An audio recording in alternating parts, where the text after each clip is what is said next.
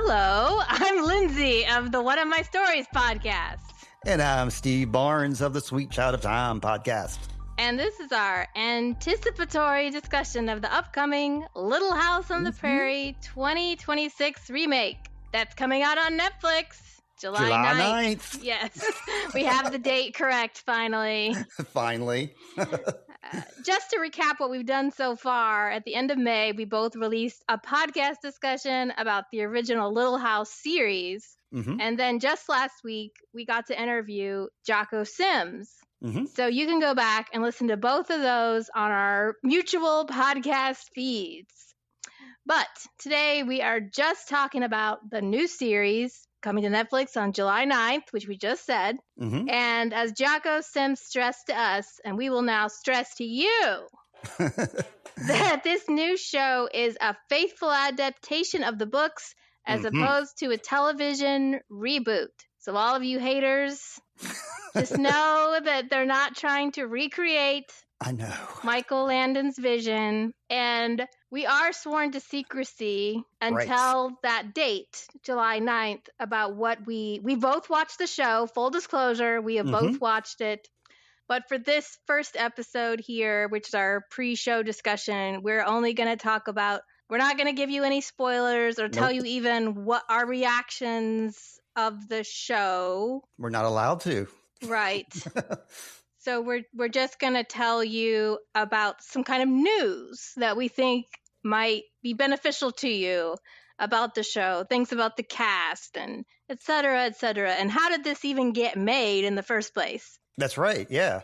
I guess that's where I can come in. And I'll also say that like the trailer, I think 2 separate trailers and 2 separate teasers have been released at this point. So watching those, you can learn a lot just from watching those trailers. And we're going to go over like pretty much everything that you can see and ascertain from those trailers. But yeah, Little House is on the rise right now because I think the main reason is the 50th anniversary. 2024 marked the 50th anniversary of Little House coming on our television sets. And along with that 50th anniversary, they've really been, they've been amping up towards this reboot. But in addition to that, they've added things like the Little House 24-hour channel. Like if you have Pluto TV or Roku, or I believe there's one more of those type channels like that, you can just pop on Little House of the Prairie. They have a 24-hour channel where they just stream it. And you'll just pop in at any time. They play them in order. So, if you want to make your own marathon watch of Little House, you can just pop on Pluto TV and pop in anytime.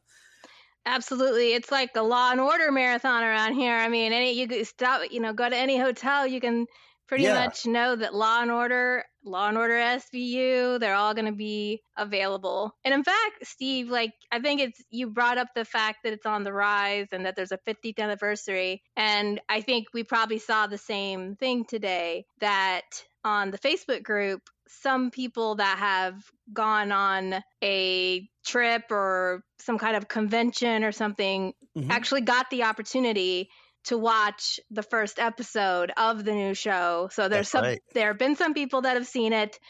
They are not as cool as us where we've seen all of it, but there have been some people that at this point have seen the first episode, are telling the world their opinions. They're not critics, so they aren't beholden to the same rules that we are. But I'll toss it back to you. I just wanted to interject that in case people are hearing that, this person said they watched it. Some people have seen the first episode now if they're attending these anniversary events. Yeah, like those red carpet things. I saw, I did see the same post, the person. And she gave her opinion there. And I don't know if she saw the whole series or just saw a couple of episodes. And we've seen the whole series a couple of times. And I wanted to shout you out, Lindsay, before I get too far into things, because something that our listeners don't know is during that Jocko interview, we only released like a 6-minute interview, but the interview was like 15 or 20 minutes long. And in the middle of the interview, while we were recording, Jocko Sims asked me directly, like, what I thought about the series and if I liked it or not. And I was just ready to answer him and get all into it. And Lindsay put up the stop sign and was like, no, Ryan said not to do that. So Thank you very much for doing that, because otherwise I would have blabbed to everyone in the world about what I thought about it. So I just would have edited out of the podcast, Steve. I had your back. That's true. All right. Well, you had my back from the get-go, because you stopped even Jocko, because I think, both of us were like, oh, we running off of the mouth a little too much here. But yeah, this whole anniversary thing, we can thank the Friendly family for this, because the Friendly family, I can't remember the fellow's first name, but the rights to the series got passed down to, let's say, Mr. Friendly. Trip. And Trip Friendly. Oh, no, Trip Friendly is the son. There was an original friend, Ed Friendly. There we go. So when Ed Friendly passed away, he passed the rights on to his son, Trip. And Trip is a big fan of the Little House franchise and of the books too. And so I think he's kind of spearheaded this production. And besides him, I assume that Trip Friendly is a male. Besides him, all the names and the executive producers and the directors and writers and stuff are all female. We got Rebecca Sonnenschein is going to be the showrunner and executive producer. And it doesn't say on here, but I'm pretty sure she directs a couple episodes too. And the other executive producers are Joy Gorman-Weddles for the Joy Coalition, Dana Fox, Susanna Fogel, and then we got Trip Friendly from the Friendly Family Productions is what they're called. That's right. And about this reboot, this is what a good old buddy Trip Friendly had to say. Isn't that a nice name, Trip Friendly? Absolutely. I mean, he should be a country singer. It has been a long-held dream of mine to carry on my father's legacy and adapt Wilder's classic American stories for a 21st century audience in a way that brings together fans of both the books and the original television series, said Trip Friendly in a statement. I'm thrilled by our talented creative team led by Rebecca Sonnenschein, who are bringing these beloved stories about family, community, and survival to longtime fans and new generations. And you might be saying to yourself, my father's legacy? Who is this Trip Friendly guy either? Is he related to Michael Landon and just had a name change? Well, we already mentioned Ed Friendly, that we kind of name dropped him. So Trip Friendly's father, Ed, secured the TV and movie rights to the Wilder novels that led to the NBC drama in 1974. So it was Ed Friendly who originally had this vision, and he and Michael Landon were a partnership, and apparently creative differences between them soured their relationship over time, and he remained an executive producer, but kind of distanced himself from the production. Now, so there might be some juicy gossip in here somewhere, but we're not going to go there and spend too much time with that. But just to let you know, the Friendly family has been with the Little House series from the beginning, apparently, even though probably nobody can name him. Everybody can name Michael Landon. So I just think it's neat that there's, I guess what I would say about all this is that there are always many people that are responsible for a thing coming to pass. Yes. But often only one person gets the fame and the glory.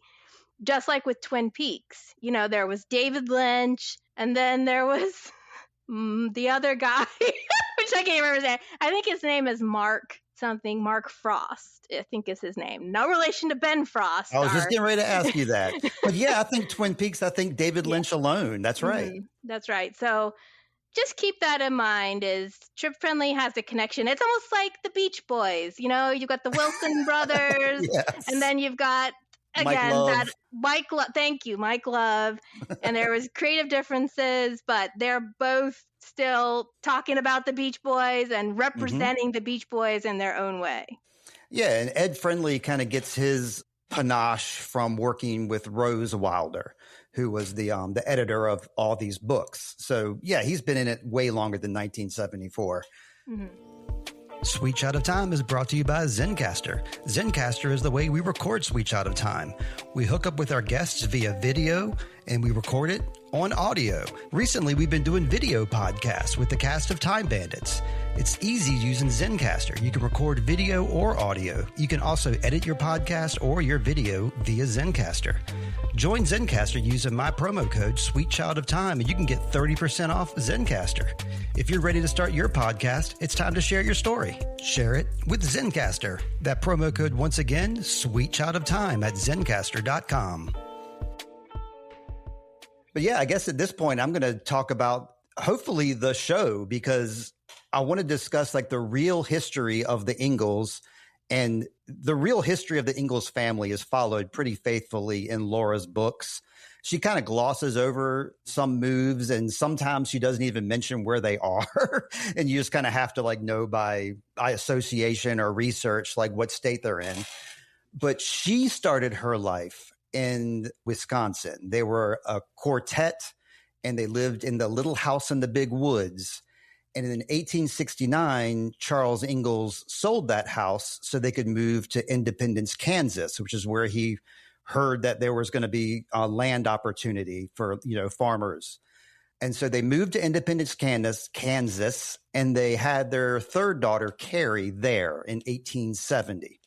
So that deal with the house that he sold in Wisconsin fell through pretty quickly, actually. So they had to move back to their Wisconsin home, back to the little house in the big woods.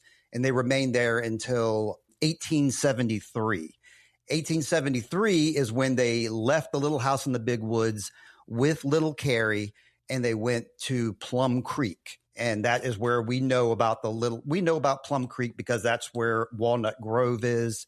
The TV series is based there. And then that third book in the series, which is called Little House on the Prairie, is based there. But they only lived there for about 2 years. They moved to Minnesota in 1874. And then after 2 years of failed crops, they briefly moved, 1874. They stayed with Carolyn's brother, Peter, briefly in Minnesota. And then in 1876, they moved to Iowa, where they ran a hotel. Charles was like the town butcher and the justice of the peace there. Sounds like he had like some cool jobs, and he had like some panache or like some elevation in the community. But we know from history that the family was always pretty destitute and poor. So sometimes it sounds like he had like a cool job, like he ran a hotel or he was a justice of the peace, but he was still always living hand to mouth. The family was. But they lived in there in Iowa for 3 years. 1879, they moved to their final home in DeSmet, South Dakota, and that's where they all retired. So, yeah, what we know from this story is we see from the trailer that they start in a little house in the big woods, which is where everything always starts. And then their journey begins. Right. So the upcoming season will at least have the independence. And, I said we're already talking about the old show, but interestingly enough, that pilot episode of the original Little House series, that was the Independence episode. So that first pilot episode is what we're seeing covered in these books, So at least, we know there's independence. Yeah. It's in the trailer. Yes. They shout it out loud. They're like, the town of Independence. It's like they make it pretty obvious that's where they are. So nobody's like fooled that they're like in Walnut Grove. So again, but even though they have that, Steve, in the trailer and everybody can see it, again, we already have people that are complaining that, oh, where's Nellie Olson? Where's this? Where's that? And it's like, well, they weren't in Independence. They were in Walnut Grove. So maybe they're not in Walnut Grove yet, so yeah, exactly. But are you saying that Charles, we saw him in the books being a butcher? Or is that just a known history? That's a known history. I've yet to see him be a butcher in the books. I'm on book 8 right now, and he is still not a butcher yet. And they're not in Iowa yet either. I was thinking it's going to be a Gangs of New York, Bill the Butcher situation. That's not going to happen with Charles, I guess. He's like the opposite of Bill the Butcher, though, right? He would charm the socks off that guy. Okay, so yeah, I'm gonna talk about some characters we've probably known about before at first, and who's playing them. Okay, so the first character is Charles Ingalls. of course. And he in this show is played by Luke Bracey. Luke is from Australia, and you may have seen him in movies like Elvis, Hacksaw Ridge, and a very young Luke Bracey was in The Best of Me, one of those Nicholas Sparks adaptations where he's a real dreamboat. Oh. Steve's giving me a blank look. Yeah, I've never seen any of these movies. I don't know any of these actors have at you all. Seen The Notebook? That's a Nicholas Sparks. The Notebook. Oh, You heard of yeah, that one? of course I have. It's all moving to a small town, falling in love. It doesn't work out. Then there's a tragic, kind of ending. But no spoilers on that. But anyway, he was in The Best of Me. Just know that. And he has a beard. I mean, that's great. He has a beard. That's something that seems very important to all the bearded people in the room right now. Yes. Yeah. And honestly, most of the cast, you may be like, not sure I know who that is. And we get the press sheets. They tell us what else they've been in. But I'm not really going to mention that unless I'm like, oh, yeah, most people would probably be familiar with that. So Carolyn is played by Crosby Fitzgerald. She has some credits. I was not familiar with any of her roles. Yeah, me neither. One of the things that's notable about her is that she is a redhead, and some people really like red hair. I do. And I should hope so. Yeah. I don't know. For some reason, in the dark Discord, they all call me Red. They think I'm a redhead or something, which I don't know if they're all colorblind or what. But yeah, Crosby Fitzgerald plays Ma Ingalls or Carolyn. Oh, fun fact about Crosby. That person you mentioned before that went and saw the premiere got herself a selfie with Crosby Fitzgerald. I was like, heck yeah, I wish I was you right now. That's right. Oh, okay. You want to hang out with Crosby, huh? Yeah, why not? She seems cool to me. I mean, I don't know. I haven't seen her work yet. I don't know. Yeah. Okay, Mary, older sister Mary, is played by Skywalker Hughes. Now, were her parents Star Wars fans? I'm not sure. That's kind of a cool name, Skywalker. I haven't heard that before. I never have either, and I can only assume that her parents were were Star Wars fans. If they weren't Star Wars fans, then they're very susceptible to pop culture. So no, not necessarily. Mary was known for her. Maybe not as much as Nellie was known for her blonde locks, but Mary was in the show. She was known for her blonde hair, and in this case, she's got sort of like more of a chestnut brown or sort of a blonde brown mix. So they're obviously not feeling beholden at all to follow the archetypes of what these people have looked like up to this point. Sure. I mean, I think at best we might call her hair dirty blonde, but I think it might even be too brown for that. But, she has the visage of a Mary Ingalls, I would say, Then we have Laura, dear little Laura, played by Alice Halsey. I love her look. I think they nailed the casting with her because I can talk freely because everybody's seen the trailers by now. And I just think she nails the look of Laura. And she's really small, and Laura is famously very small as well, like a 4'10" woman. So I'm on board with this casting. Okay. We also have John Edwards. Yeah, buddy. Our Mr. Edwards, played by Warren Christie. He's from Ireland, and he seems to be very beloved on the Hallmark Channel. He's played a lot of roles, but he's been in some soap operas. He's been in some Hallmark Channel romances. So apparently everybody thinks he's very handsome because they're casting him as love interest. I mean, I think he's handsome. You're a female of the species. Do you think he's handsome, a handsome man, or not? Just kind of average? I think he's okay. He's okay. He's not okay, exactly Warren. my type, but I think it's interesting that, in the original show, Mr. Edwards was kind of a, very much a grizzly old codger type. And this guy's relatively good looking. So, just casting differences. I kind of think that, the original Mr. Edwards was, of course, Isaiah Edwards. And they named this Edwards John Edwards. Yeah. Which is, I believe, Isaiah Edwards had a son named John Edwards. So we can take some liberty there. I'm not sure why they chose to go with the name change, but I don't think it really matters because in the books, he was only known as Mr. Edwards. They never said his first name. Yeah. And I kind of think this guy, I think he does a passing job of, I know he's not supposed to be the TV show, the original series, but I don't know. I kind of think he did a passing job. He wasn't nowhere near as goofy. I shouldn't be saying too much here. That's right. You really shouldn't. Edit all that out, James, or whoever's doing the editing on this, No, leave it in there. Leave it in there. I like John Edwards. We can't really talk about what we thought of them as actors. Just more like what they've done before. I'm just basing everything off the trailer. You know what I'm saying? Great. That's it. We also have Dr. Tan, of course, which we've already talked about. Friend of the show, we can say now. Friend of the show. And some of his notable roles are Dr. Floyd Reynolds from the show New Amsterdam. And he also played a role in a show, which I did not bring up during our podcast so that he wouldn't start blushing, but it was called Masters of Sex. I wonder what that show was about. Ooh. I don't know if it's spicy or what. It's got to be. Got the SEX word in it.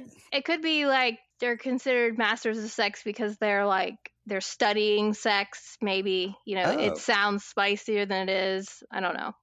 My mind's going a different way, but I'll let you continue with the characters from Little House. Okay.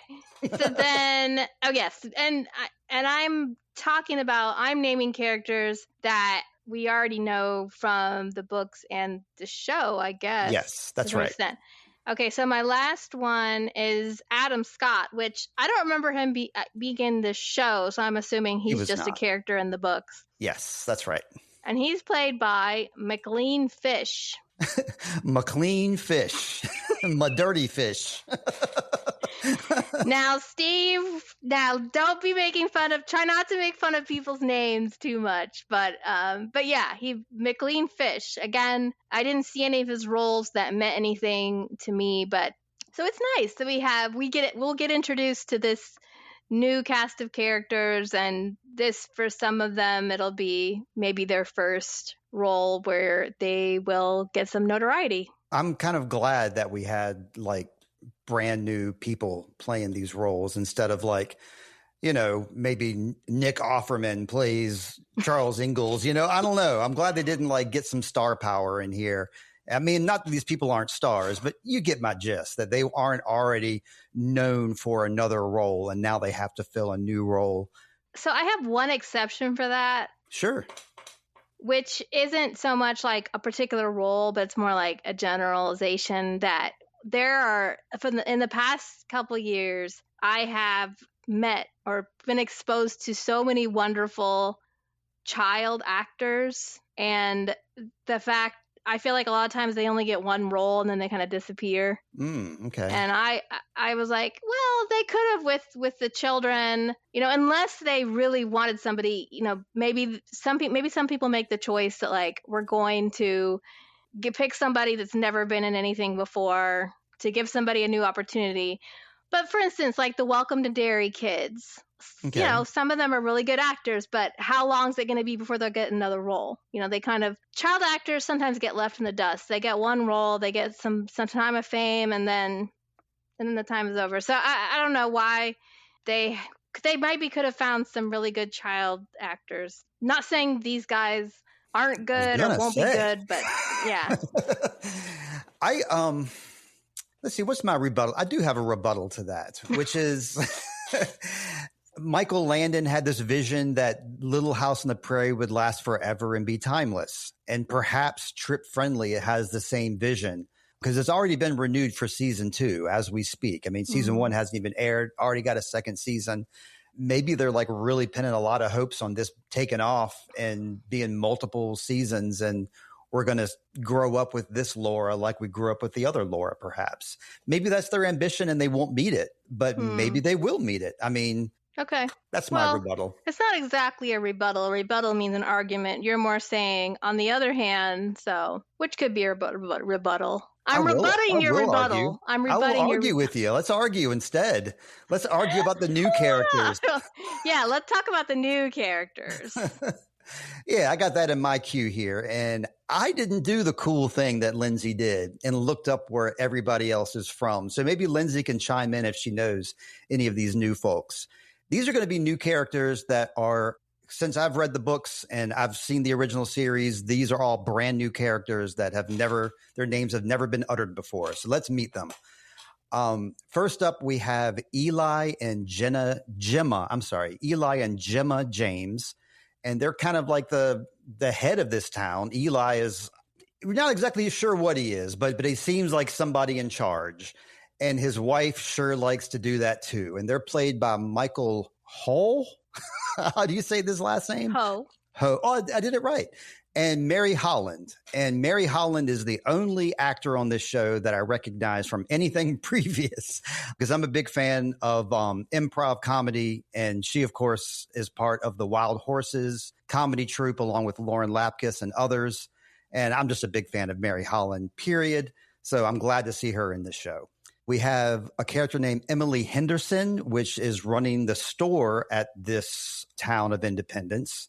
And I did not catch the actress's name. It's not Barrett on. Doss. There you go. That's what we got Lindsay for. Doss. And she's actually had some notable roles, but I didn't write them down because this was your gig, your part. So I failed everybody. Just everybody. Oh, she was in one of those a medical drama. I can't remember which one, but it wasn't ER. Grey's Anatomy. Okay. In one of the later seasons, I watched that one. Yeah. She's a recurring character, so she seems to have some creds to her name already. All right. We got another child actor here. We got a young boy named Caleb, and he's played by Cohen Kadorith. There we go. A new character named William Mitchell, and he is going to be played by Migwen Fairbrother. Now, these next four characters, including William Mitchell, are playing some of our Osage characters. So William Mitchell is the head of that family. His wife is White Sun. She's played by Alyssa Wypanatak. Sorry for the pronunciation stumbles here. They have a daughter named Good Eagle, and she's played by Ren Gata. And there's also another Osage character named Little Puma, played by Xander Cole. And last, we have a new female character named Lacey Aubert. She's played by Rebecca Amzalag. So I hope some of those names might ring a bell for you. They did not for me, but we're going to see what these new characters are up to. But yeah, we got the trailer and the teaser, so that might give us some clues about what's happening here. So I just kind of pointed out maybe like 10 or 12 things from the trailer that we noticed that might have some significance. So yeah, you want to take that away, Lindsay? Sure. Well, we have a dog that. Yes. Did they say Jack, or are we just like, there's a dog, it must be Jack? We're like, there's a dog, it must be Jack. That's what we're doing. Yeah, we're hoping his name is Jack. We can't have the wagon journey without Jack. So we saw the family dog, and we're gonna name him Jack, regardless of what they call him. We're gonna name him Jack. And he looks closer to the real Jack in real life too than the TV Jack, which was like a big shaggy dog. Mm-hmm. We also saw them traveling from the big woods in response to an ad for free land. Yeah, free, right? Yeah, that's what the government says. Yeah, we see them out on the homestead. We see them building a home. We see like some saws going down and some logs getting piled up. And at one point, we actually see inside the Ingalls home. So we can see like their little tiny log cabin there. And we see them a nice little spinning scene there. Mm-hmm. Yeah, Charles has to be carrying Carolyn over the threshold. Oh, always. Sometime, yeah. Yeah. We then see the town of Independence, sort of an upward pan over the town, watching people walking by. They're raising a church, and Charles seems to be leading the fray. Oh, of course. Always. He's going to lead us in prayer. He's going to lead us in church. He's going to lead me to heaven. We see Laura, always always the curious one. We see her like eyeballing some Osage kids, and they seem to be smiling at each other. And straight from the book and from the original series, we see them playing baseball. They love the big inning. That's like their big thing. It's like anytime you see the adults playing a sport, it's almost always baseball. Right, but it's not vampire baseball. Thank God. That was maybe one of the silliest moments of cinema history. At the time, I thought it was awesome. I did too. That's the sad thing about it. We're, of course, talking about, what movie is that from? I can't even remember the name of the movie. Twilight. We're talking about the Twilight scene. Anyway. Sparkly vampires. So another thing we see in this trailer, very informative trailer, is the Osage in full paint. Is it? Now, some people might think, oh, war paint. But it might just be ceremonial paint. Mm-hmm. It might be decorative paint. That's right. But they're representing their tribe within their way. Yes. We also see Mary talking to a boy. Mm-hmm. Too soon to be Adam, probably, but talking to some boy, yeah. See some fiddle playing, so that's cool. We know that Charles is a fiddle player, and maybe this new Charles Ingalls might be able to vamp playing fiddle a little better than Michael Landa did. I don't know. We'll see. We'll judge him on that. We see Dr. Tan. We see the Black Doctor. So we can only assume it's Dr. Tan. And since we've interviewed him, I mean, it's pretty obvious it's Dr. Tan. So instead of Doc Baker, because, he's over in Walnut Grove, maybe. He's a fictional character. Dr. Tan's a real guy, and he's here. And that's nice he's represented. Mm-hmm. Oh, we only see two youngins, Ingalls people, though. So we're all wondering, where's Carrie? Is she hanging out in the wagon? Is she down the well, the mine shaft, waiting to be rescued? Nailed to the roof, perhaps? Nailed to the roof. Yeah. Okay, so besides this whole Carrie absence, there were a few things in the trailer that I noticed that we haven't said yet. One was there were wolves. There seemed to be an illness of some kind. People are getting sick. We see that. And just hard times in general, that it's not all fun and games.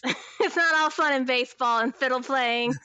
This is kind of a hard trip they're having. But we also saw a holiday dinner of some kind. The family was sitting around a table with some new friends, and that was exciting for me because I always liked the episodes where the Ingalls family were celebrating in the old ways and doing things like, getting excited about an orange or a tin cup and seeing how some of the foods they might eat or some of the traditions they might have at that time. So I thought that was something to look forward to.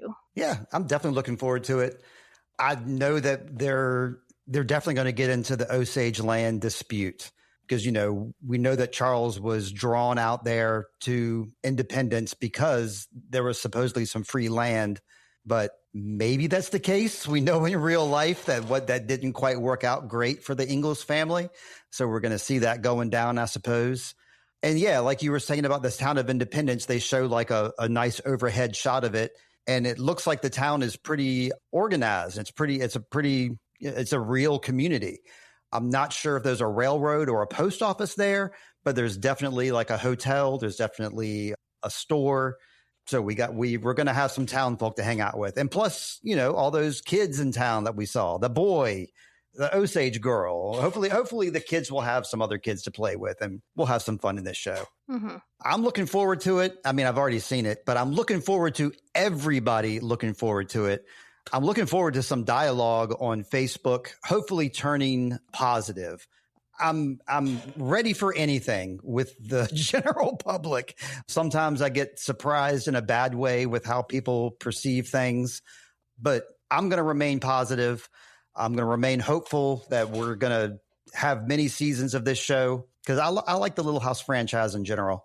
And that's pretty much all I got to say. I'm just looking forward to continuing on. And Lindsay, any follow-up thoughts or anything but take us out here? Yeah, I wanted to mention something that I saw on the Wikipedia page, which I thought was interesting that I hadn't seen yet.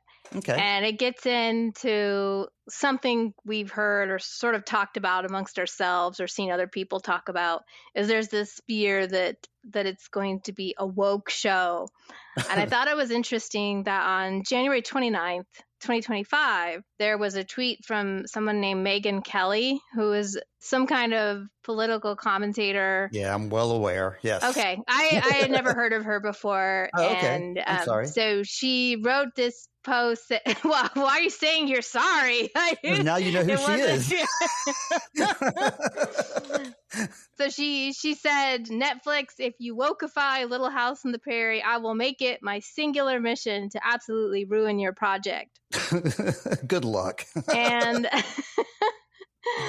I thought it was nice that a lot of the Little House cast got on and responded to her tweet. Mm-hmm. Allison Argram, Dean Butler, and Melissa Gilbert all responded in different ways. But Allison Argram says, the original show was about as woke as you could get for 1974. That's right. We dealt with everything on Little House on the Prairie, from drug addiction to racism to sexism to spousal abuse, women's rights. We had the episode where the women held out for right to own property.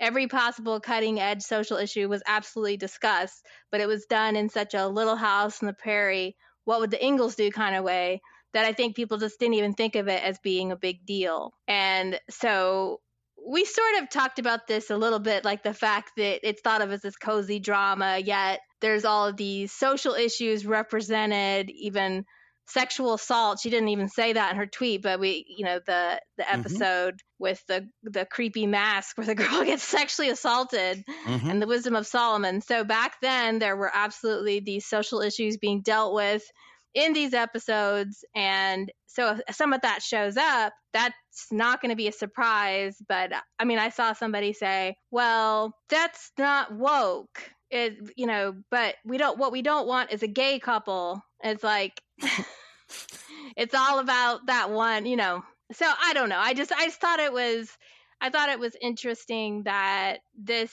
was represented well, and that the cast is the ones that kind of rushed to the defense and said that, hey, we are in support of not just our show, but we're supporting this new show. And we think that, like, none of the cast is saying, why are they remaking our show? They're excited and interested, and so we should be too, and at least give it a chance. Now, that doesn't mean that we're going to love it, but sure, just on the fact that just because it's being made, it shouldn't be a precious thing that nobody can touch. Like, yeah. Good point. I wanted to add one more little point on top of that, since you're making me think about it now.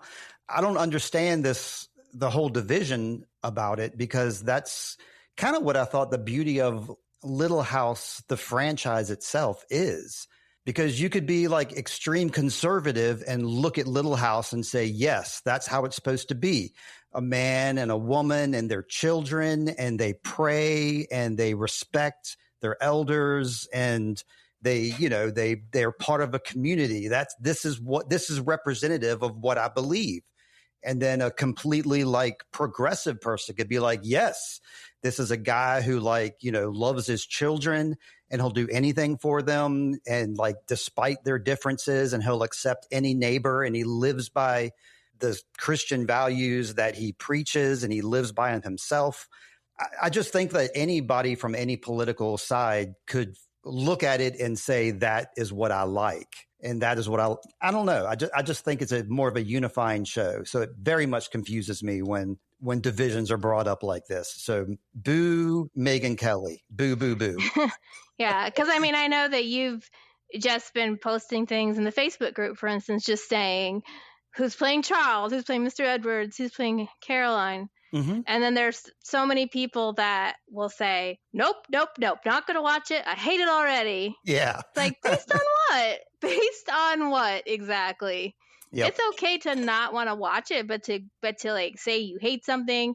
I mean, I know you're excited to get comments on your posts, so you're probably like, keep the comments coming, even if it's negative. At least people are responding and joining in the discussion. And I guess that is better tthan nothing when you post things and nobody responds. That's kind of sad. So even if their reactions are negative, it means that they're invested and could be brought over to the light, maybe. Sure. They care about the property and there's something about it that appeals to them. So I think this new show could offer them something, give it a shot. Yeah.